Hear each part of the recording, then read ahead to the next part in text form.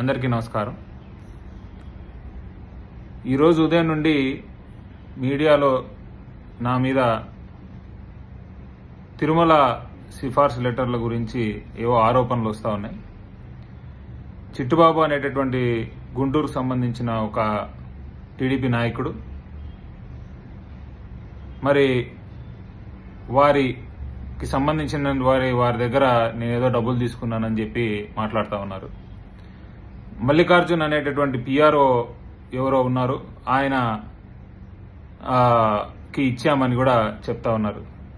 ఇంతవరకు నాకు మల్లికార్జున్ అనేటటువంటి పిఆర్ఓ ఎవరూ లేరు.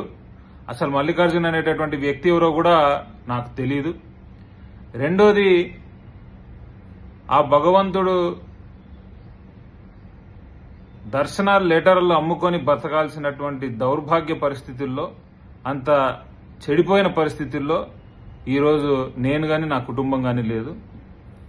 ఎప్పటి నుంచో ఒక బ్యూరోక్రటిక్ బ్యాక్గ్రౌండ్ నుంచి వచ్చినటువంటి వ్యక్తిని నేను. మా ఫాదర్ ఒక ఐఏఎస్ ఆఫీసర్, నేను అంతకంటే ఎక్కువ వాల్యూస్తో బతికినటువంటి వాడిని.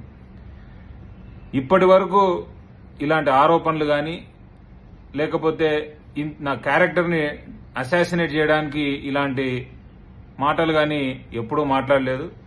కేవలం కుప్పంలో చంద్రబాబు నాయుడు గారికి ధీటుగా నిలబడి పోటీ చేశామని, ఇంకా నిలబడి అక్కడ ఫైట్ చేస్తున్నామనే ఒకే ఒక కక్షతో ఈరోజు నన్ను, నా పేరును నాశనం చేయాలని చెప్పి ఇలాంటి అనవసరమైన రాజకీయ కేసులు, అనవసరమైన డిఫేమ్ చేయడానికి చేస్తా ఉన్నారు. ఖచ్చితంగా దీన్ని నేను ఎదుర్కొంటాను. భగవంతుని లెటర్లు గాని ఇంకోటి గాని అమ్ముకొని బ్రతకాల్సినటువంటి పరిస్థితి నాకు లేదు. అది ఎప్పటికీ కూడా రాదు.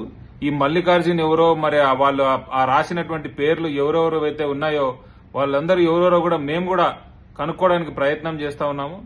పోలీసు వారికి కేసు ఇచ్చామంటున్నారు. వాళ్ళు కూడా విచారణ కరెక్ట్ గా చేసి అసలు ఎవరు వీళ్ళు, ఏం జరిగింది అనేది బయటికి తీసుకొస్తే బాగుంటుంది. దాని తర్వాత ఇంకో ప్రెస్ మీట్ లో కూడా నేను మాట్లాడి క్లారిఫై కూడా చేస్తానని కూడా మీ అందరికి తెలియజేస్తా ఉన్నాను.